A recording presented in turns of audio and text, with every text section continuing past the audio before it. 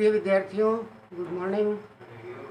पिछली बार आपको प्रश्नावली 9.1 के प्रश्न संख्या 3 और प्रश्न संख्या 4 में स्तंभ विधि द्वारा योग करना और घटाना सिखाया था।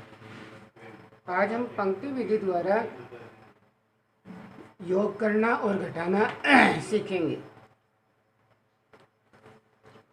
पंक्ति विधि से देखो, मैं सबसे पहले इसमें प्रत्येक प्रश्न में दो प्रश्न आपको समझाऊंगा और फिर बाकी दो प्रश्न आप करेंगे।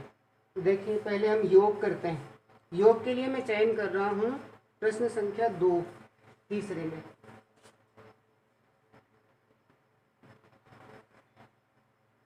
इसमें हमें बहुपद दे रखे हैं a minus B plus A B minus C plus B C minus A plus A सी।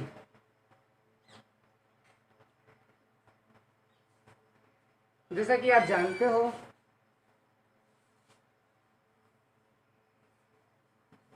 तीसरा प्रश्न भी मैं लिख लेता हूं एक बार।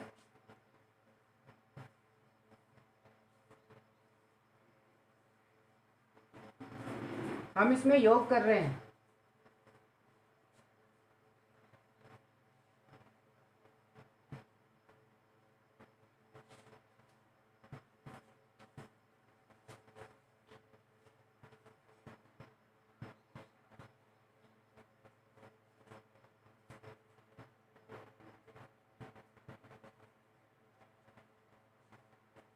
ये दो प्रश्न लिए मैंने आपके लिए।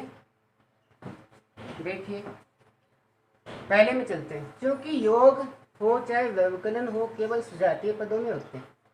तो देखिए, ए, इसमें ए है पद, इसमें है नहीं और इसमें है, तो क्यों ना हम पहले ए के लिए एक ब्रैकेट बना लेते हैं।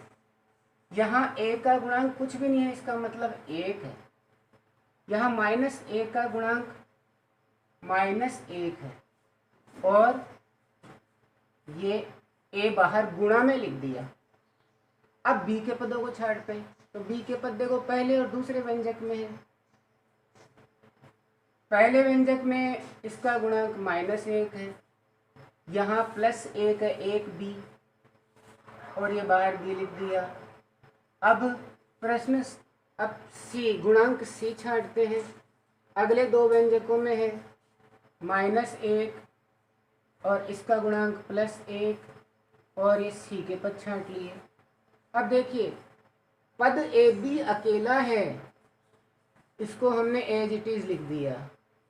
पद बी सी अकेला है, लिख दिया। पद ए सी अकेला है, ये भी हमने लिख दिया। अब यहाँ देखिए 0 हो गया, 1 - 1 0, 0 से कोई संख्या गुणा होगी तो पद खत्म। इसी तरह 0 गुणा बी, ये भी 0 हो गया। ये भी 0 गुणा सी, ये भी 0 हो गया। यानी हमारे पास योग में क्या बचा? A B plus B C plus A C, और ये अपना आंसर हो गया।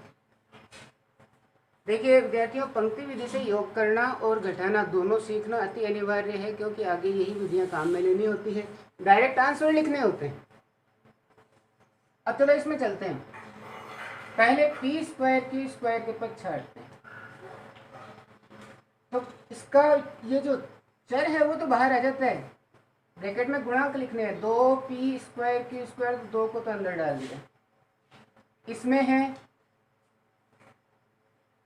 -3, ये -3 अंदर डाल दिया, और ये p स्क्वायर की स्क्वायर एज ए कॉमन उभयनिष्ठ के रूप में बाहर आ गया। फिर हमने प्लस लगाकर अगला ब्रैकेट लिया पी क्यू के लिए। अब पी क्यू के गुणांक छाड़ते हैं, -3 प्लस के साथ, और अब अचर पद छाड़ते हैं। अचर पद में है 5 और 4, 5 भी प्लस का है, 4 भी प्लस का है, तो क्यों ना इसको डायरेक्ट लिख दिया जाए। अब देखिए, ऋणात्मक संख्या अधिक बच रही है, -1। अब 1 लिखा नहीं जाता है, तो p स्क्वायर q स्क्वायर 7 में से 3 गया यानी प्लस का 4 रहा, 4 PQ प्लस 9 और ये आंसर। बाकी 2 प्रश्न आप स्वयं कर लेंगे, मुझे पूरा विश्वास है। अब आपको एक बाकी और सिखा दी जाए।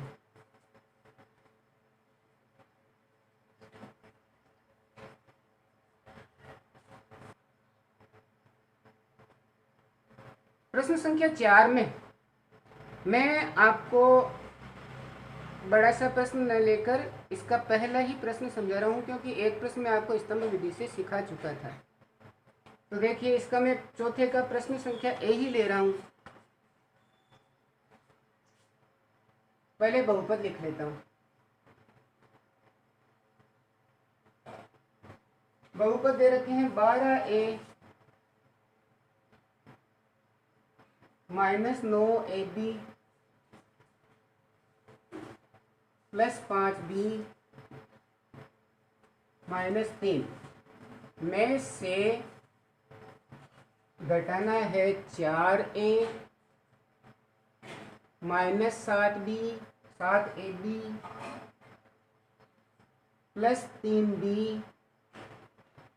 प्लस के 12 और आगे लिखा है घटाइए।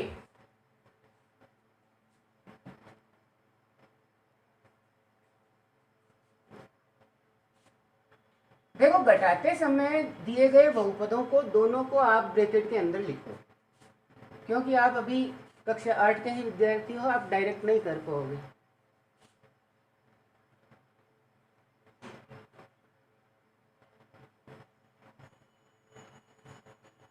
माइनस, ये माइनस बीच में लगाना है, क्योंकि हम क्या कर रहे हैं यहाँ पर,